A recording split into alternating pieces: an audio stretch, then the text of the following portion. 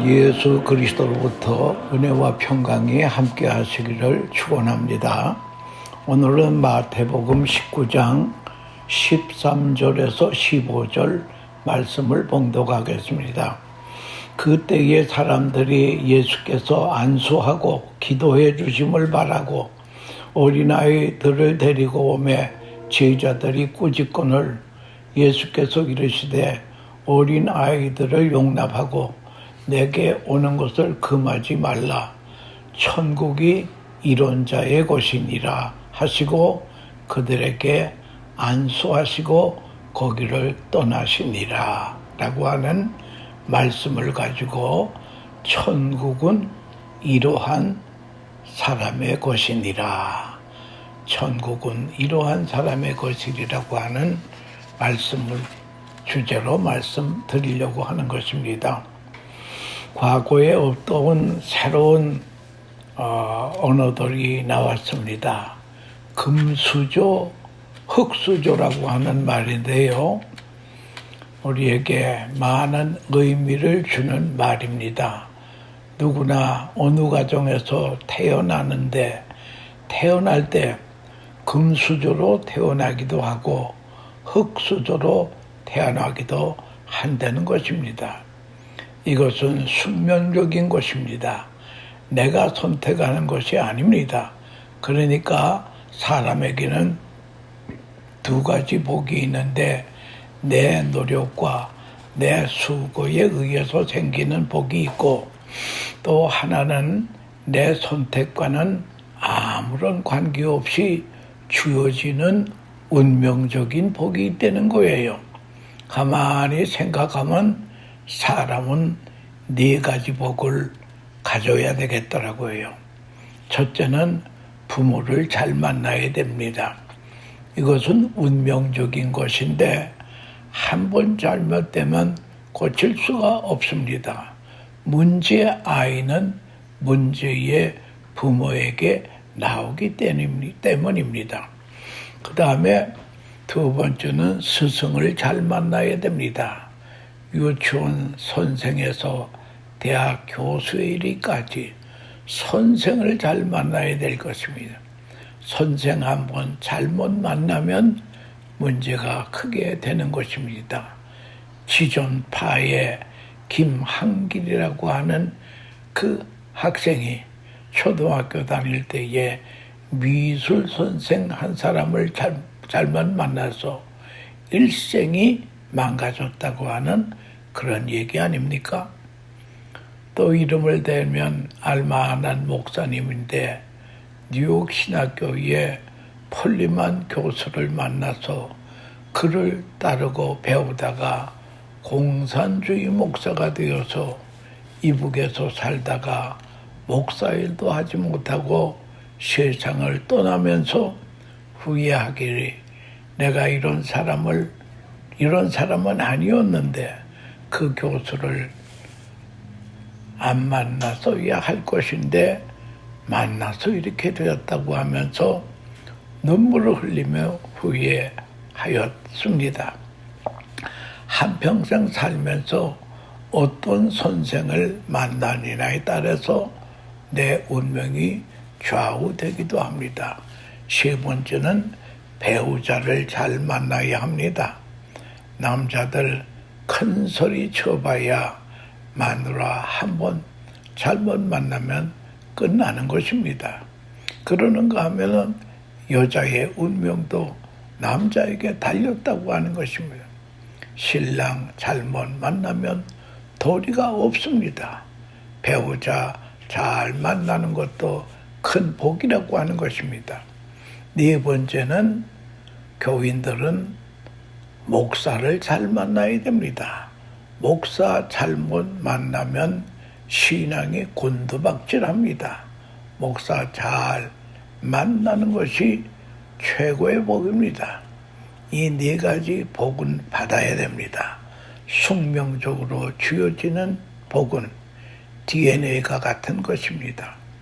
무의식적으로 이루어지는 교육이 있다는 거예요.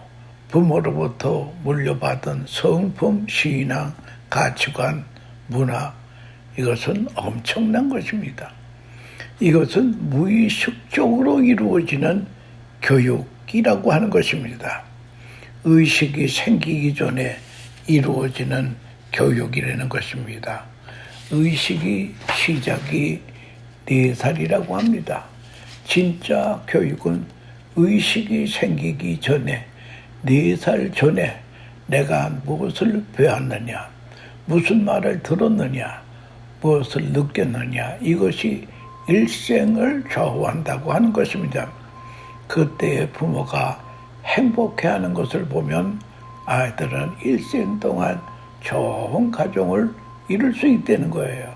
그때 어머니가 아버지에게 매맞고 우는 것을 본 아이들은 일생이 빗나간다는 거예요.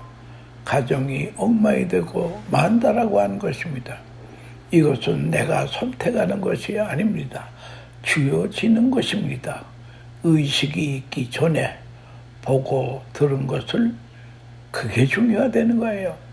입맛도 4살 전부터 이루어진다라고 하는 것입니다. 그래서 미국의 코카콜라 회사에서 어린애들에게 아주 무료로 코카콜라를 배달한다는 거예요. 어려서 4살 전에 코카콜라의 맛을 들이면 평생 동안 코카콜라 안 마실 수 없다는 거예요. 그때의 입맛이 일생을 간다는 것입니다. 가치관도 그렇습니다. 어렸을 때 형성이 됩니다. 보고 듣고 배우는 시기. 여기 선택의 여지가 없이 모더라이징, 마치 백지에다가 그림을 그리는 것이나 같다라고 하는 것입니다. 그 시절에 누구를 만났느냐, 무엇을 보았느냐, 무엇을 들었느냐, 무엇을 체험했느냐에 따라서 운명이 바뀌어진다라고 하는 것입니다. 이 상황에서 본받을 만한 사람을 만나야 됩니다. 본받고 사랑하고 닮고 존경하는 좋은 모델을 만나는 것이 중요하다고 하는 것입니다. 그런데 요즘 세상은 본받을 만한 사람이 없다라고 하는 것이 문제입니다. 모델이 없는 세상에 살고 있습니다. 이것이 교육학에서 개탄할 마지막 함정이라고 하는 것입니다. 깊이 생각할 때에 가장 행복한 사람은 누구입니까? 살할 때에 어머니가 이런 말을 합니다. 너희 아버지는 훌륭하다. 돈은 많이 못 벌었지만 진실한 분이다. 그러므로 아버지를 본받으라. 이런 말을 들으면서 자라는 아이들은요, 잘못될 수가 없다는 거예요. 그런데 어쩌면 반대의 말을 듣고 자랍니다. 제발 내 애비는 본받지 말아라. 그러면 누구를 닮으려는 겁니까? 이러면 정신적인 고아가 된다라고 하는 것입니다. 오늘의 청소년들의 슬픔이 여기 있습니다. 모델이 없다는 거예요. 본받아야 될 사람이 없다는 거예요. 존경하고 닮을 대상이 없다는 것입니다. 그래서 현대를 갈아줘서 모델이 없는 교육의 시대라. 그래서 이게 아주 슬픈 얘기. 반면교사라는 말이 있습니다. 선생님의 말을 그대로 듣지 말라. 반대로 들어라. 가라 하면 가지 말고 오라 하면 오지 말라. 이것이 우리의 현실이라는 거예요. 가정교육에서 중요한 것이 존경을 배우는 것입니다. 레스펙트를 모르는 사람은 운명이 곤두박질한다는 것입니다. 마음속에 존경할 사람이 없으면 나침판이 없는 인간이라고 하는 그런 말이 되겠습니다. 존경하고 사랑하는 교육은 효과가 크고 또 교육하기가 쉽습니다. 보고 듣고 닮고 배우라. 사랑하고 존경하고 배우라. 그런데 그렇게 잘하지 못하고 따라가지 못하고 보지도 말라. 반면교사의 지혜를 배우라. 이게 아주 불행한 교육이라고 하는 것입니다. 어느 여자가 결혼을 전제하고 어느 남자하고 연애를 합니다. 얼마 동안 남자를 사귀어보고 보니 공부도 많이 하고 훌륭하고 똑똑하고 좋은 조건이 많습니다. 괜찮구나 했습니다. 그런데 마지막으로 그 처녀가 남자에게 이런 질문을 했습니다. 선생님은 존경하는 사람이 누구입니까? 할 때 존경한 사람이 누구냐에 따라 그 사람의 됨됨을 알 수 있기 때문입니다. 청년이 나는 일생 동안 단 한 사람도 존경한 사람이 없습니다. 그러니까 이제 연애는 끝난 것입니다. 그런 사람 사귀면 안 되죠. 그런 사람은 정신적인 고아라고 하는 것입니다. 공자님께서 장호에게 사람을 사귀면서 금지할 사람을 지시해 주었습니다. 첫째는 남의 단점을 말하는 사람하고는 사귀지 마라. 두 번째는 내가 존경하는 사람에 대해서 험담을 하면 사귀지 말라. 셋째는 용기 있는 것 같은데 범절이 없으면 사귀지 말라. 예의를 모르는 사람 사귀지 말라는 거예요. 네 번째는 과감하기는 한데 속이 좁은 사람하고는 사귀지 말라.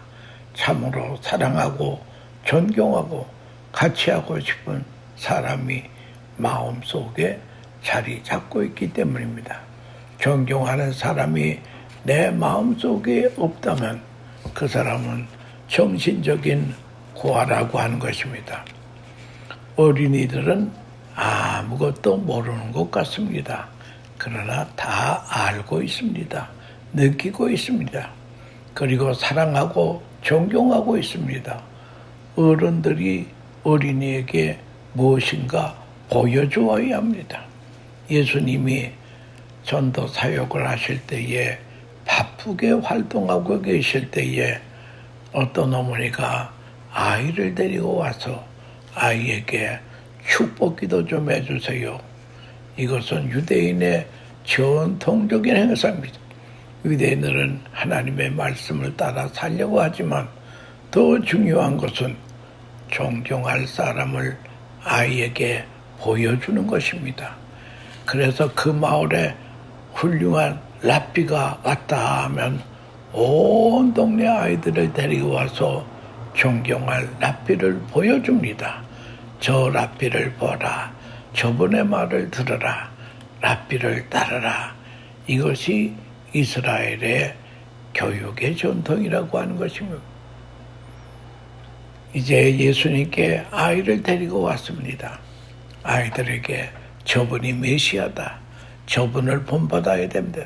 저분의 말을 들으라.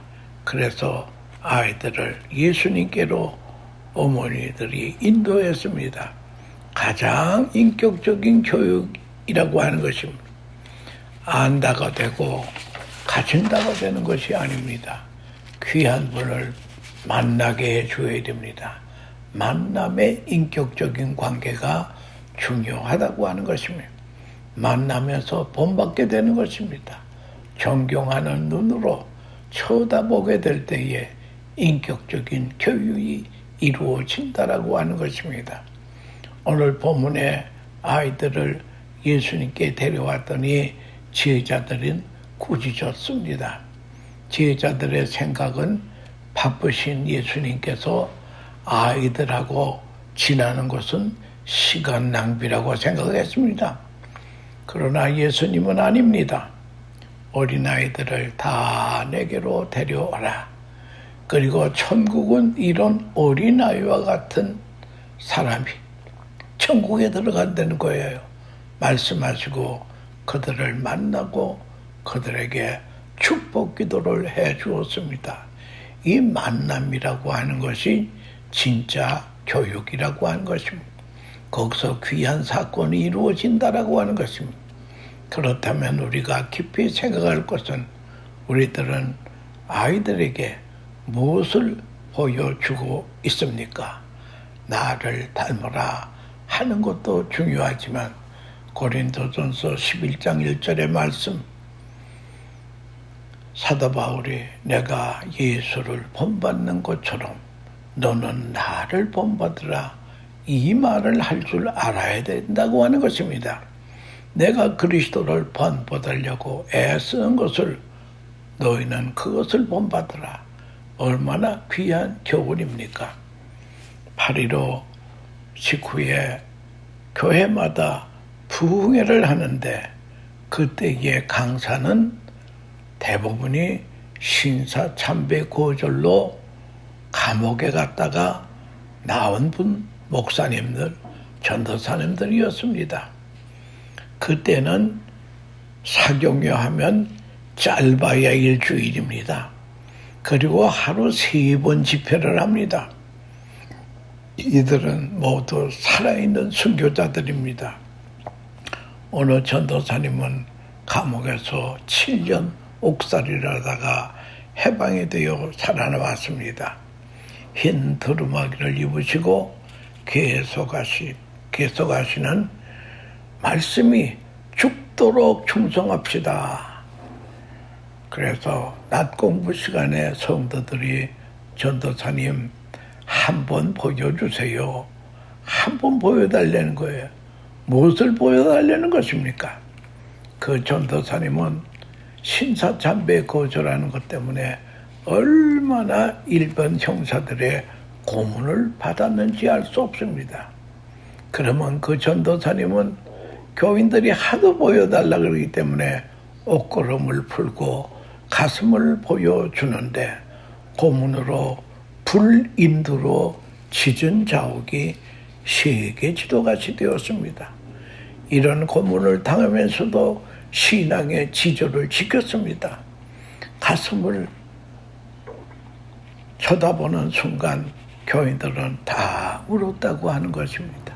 존경하는 눈으로 전도사님을 바라보는 것입니다. 나도 저 전도사님처럼 신앙을 지켜야지. 여러분, 또 옛날에는 첫 농사를 하면 첫 열매를 목사님께 갖다 드리는 것을 저도 보았습니다. 때가 되면 목사님들에게 귀한 것을 갖다 드립니다. 이런 것 보고 자라는 것이 교육이 되는 거예요.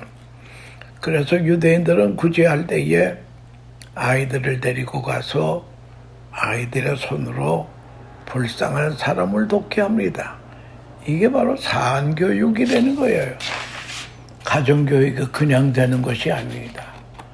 만약 가정에서 목사님 흉을 보고 주일학교 선생을 흉을 보거나 하면은 교육은 끝나는 것입니다. 그들은 존경할 멘토를 잃어버리게 됩니다. 그래서 영적인 고아가 된다는 거예요. 좋은 이야기만 해야지 좋지 않는 이야기를 아이들을 보는 데서 하면 안 된다고 하는 것입니다. 살아있는 순교자를 본 사람들이 그 후에 주님의 종이 된 분들이 많이 있었다는 것입니다.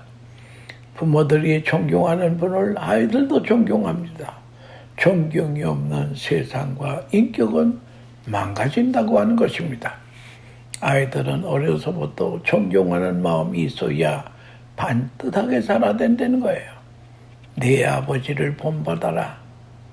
목사님들만 모인 집회에서 목사님들의 자녀교육 문제가 일어났습니다. 어떻게 하면 목사의 집에 자녀교육이 잘 될까요? 간단합니다. 사모님들이 문제가 있어요. 사모님들이 아이들에게 너희 아버지는 참 목사이시다. 너희 아버지를 본받으라. 이 말을 하면 교육은 다 해결이 된다는 거예요. 반대로 제발 내 애비는 닮지 말아라 하면 교육은 망가지는 것입니다. 내가 본받을 사람을 내 주위에 있어야 합니다. 그리고 그것을 자녀에게 말해 주어야 합니다. 이분처럼 살아라. 이 한마디 속에 교육이 이루어진다는 거예요. 그래서 예수님 당시 어머니들이 아이들을 데리고 와서 예수님을 보여주면서 저분을 본받아라. 저분의 말을 들어라. 여러분, 우리는 나를 본받으라 하기가 어렵습니다. 그리스도를 본받고 그리스도를 사랑하는 것을 본받게 해야 진정한 사안 교육이 된다라고 하는 것입니다. 이 교육의 생명을 구원한다라고 하는 그런 것입니다. 어린아이 하나를 데려오시더니 제자들 앞에 세우셨습니다. 그리고 이렇게 말씀하십니다. 너희가 돌이켜 어린아이들과 같이 되지 아니하면 결단코 천국에 들어가지 못하리라. 천국에서는 누가 크냐 하는 문제로 다투는 이유가 없다는 거예요. 어린아이와 같이 되지 아니하면 아예 천국에 들어가지 못할 것이라고 합니다. 누가 크냐 다투는 것은 어리석기 짝이 없는 짓이라고 하는 것입니다. 지금 예수님께서 어린아이를 제자들 앞에 세우고 어린아이들을 본받으라, 어린아이에게서 배우라 하고 가르쳐주는 것입니다. 그럼 우리는 어린아이에게서 무엇을 배워야 되겠습니까? 어린아이들에게 겸손을 배우라고 하는 것입니다.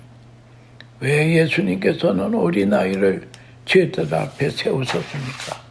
어린아이들의 겸손을 가르치기 위해서 그렇습니다. 겸손하지 않으면 천국에 들어갈 수 없습니다. 반대로 겸손한 자가 천국에서 큰 자입니다. 그러므로 누구든지 이 어린아이와 같이 자기를 낮추는 그이가 천국에선 큰 자니라. 하나님은 겸손한 자에게 은혜를 베풀어 주십니다. 물이 낮은 곳으로 흐르듯이 하나님의 은혜는 겸손한 자에게 흘러 들어온다라고 하는 것입니다. 하나님께서는 교만한 자를 물리치십니다. 야고보서 4장 6절에 이런 말이 있습니다. 그러므로 이르시되 하나님이 교만한 자를 물리치시고 겸손한 자에게는 은혜를 주신다 하였느니라. 그리고 베드로전서 5장 5절에는 더욱 엄중한 경고를 말씀하십니다. 젊은 자들아, 이와 같이 장로들에게 순복하고 서로 겸손으로 허리를 동이라. 하나님이 교만한 자를 대적하시되 겸손한 자들에게는 은혜를 주신다. 하나님은 겸손한 자를 대적한다. 이 대적이라고 하는 말이 군사용어인데요. 군대를 동원해서 어느 성을 파멸시키듯이 하나님이 교만한 자를 파멸시킨다고 하는 것입니다. 그러나 겸손한 자에게는 은혜를 베푸시는데 성 어거스틴은 우리 신앙인이 갖추어야 될 신앙의 덕목의 첫째로 겸손을 꼽습니다. 그러면 두 번째는 무엇이겠습니까? 두 번째도 겸손이라고 합니다. 세 번째도 겸손이라고 하십니다. 신앙인이 겸손하지 아니하면 그는 더 이상 신앙인으로 살아가기를 포기하는 것과 같다라고 하는 것입니다. 프랑스의 작가 앙드레 지드는 이런 말을 했습니다. 겸손을 생활 철학으로 삼으라. 겸손은 천국문을 여는 열쇠이고 교만은 지옥의 문을 여는 열쇠라고 그렇게 말씀했습니다. 여러분, 겸손한 우리 한국 기독교 역사의 귀한 분을 소개하려고 하니 순교자 주기철 목사님이 평양 산정연교회로 청빙을 받을 때 일입니다. 산정연교회는 주기철 목사님을 청빙하기로 결의했습니다. 그 뜻을 전하기 위해서 조만식 장로님이 주기철 목사님이 계시는 경상도로 내려갔었습니다. 조만식 장로님은 주기철 목사님이 오산학교 학생으로 있을 때에 그 학교의 교장이었습니다. 이제 교장이 학생이었던 젊은 목사를 청빙하기 위해서 찾아간 것입니다. 주 목사님을 찾아간 조만식 장로님은 제자이자 젊은 목사인 주기철 목사 앞에 무릎을 꿇고 목사님 우리 교회에 부임하실 것을 허락해 주십시오 하고 무릎을 꿇고 정중하게 청혼을 했습니다. 이러한 겸손한 신앙인이 그는 신앙이요 교육자였기 때문에 그분은 민족운동에 아주 위대한 발자취를 남긴 역사적인 인물 조만식 장로, 주기철 목사님도 위대하지만 그 배후에 조만식 장로님은 사실 더 위대합니다. 여러분 오늘 어린이 주일에 어린아이들의 모습 속에서 겸손을 배워야 됩니다. 하나님 앞에서나 사람들 앞에서 겸손한 삶을 살아가심으로 천국에서 큰 사람들이 되시길 바랍니다. 어린이에게서 배울 수 있는 또 하나의 모습이 있습니다. 그건 어린아이들의 순수한 마음, 깨끗한 마음이라는 거예요. 오늘날 우리가 살아가는 세상은 순수함을 이뤄가고 있습니다. 너무나 가슴이 아픈 상태에 있습니다. 또 배워야 될 것은 무엇인가 하면은 욕심을 없는 어린이를 배워야 될 것입니다. 요한복음 1국자에 보면 예수님께서 떡 5개와 물고기 2마리로 5,000명을 먹이신 기적이 있습니다. 우리가 잘 압니다. 5,000명을 먹이시기도 남을 그 기적의 사건을 베풀 수 있었던 것은 자기의 작은 도시락 떡 5개 물고기 2마리를 자기도 먹어야 되지만 그것을 예수님께 바쳤다고 하는 것입니다. 이 희생으로 인해서 수많은 사람이 예수님의 말씀을 듣고 배불리 먹었다고 하는 그런 말이 있지 않습니까? 여러분, 욕심 많은 어른들이 얼마나 부끄럽습니까? 욕심 때문에 인생을 망친 사람들이 너무나 많이 있습니다. 구약 성경에 나오는 여리고 섬 정령할 때에 아간이라고 하는 사람이 이 사람의 그만 욕심 때문에 신할산 아름다운 외투 한 벌, 은 200세겔, 또 50세겔의 금덩이, 이게 탐이 나서 그걸 훔쳤다가 자기도 망하고 이스라엘 백성도 많은 손해를 보지 않았습니까? 이 욕심을 경계할 줄 알아야 됩니다. 문제는 그런 욕심을 얼마만큼 내 인생에서 떨쳐버릴 수 있느냐. 욕심이 잉태한 즉 죄를 낳고 죄가 장성하면 사망을 낳는다는 말씀을 잘 알고 있습니다. 우리는 그게 나에게 해당되지 않는 말씀이라고 외면하는 게 그게 문제라는 거예요. 내게 무엇인가 이익이 주어지는 일이라면 더욱 그렇습니다. 여러분, 인생살이에 욕심에는 어린아이가 되어야 하겠습니다.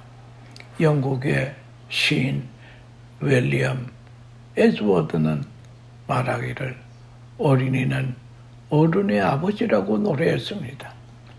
어린이 주일을 맞아야 우리는 다시 한번 어린이의 마음으로 되돌아가야 됩니다. 아니, 하나님 앞에서 어린아이가 되어야 합니다. 귀엽고 사랑스러운 어린아이들을 보면서 우리는 그들을 우리의 영적인 스승으로 삼아야 된다는 거예요. 어린아이에게서 겸손을 배웁시다. 어린아이에게서 순수함, 깨끗함을 배웁시다. 어린아이에게서 욕심을 버리는 삶을 배워야 될 것입니다. 바라기는 우리 모두 믿음의 식구들은 어린아이에게서 하나님 나라의 비밀을 배우고 깨달아서 하나님 앞에 어린아이처럼 되어 겸손하고 깨끗한 영혼에 쏟아 부어주시는 하나님의 복을 누리는 복된 성도들 되시기를 축원합니다. 감사합니다.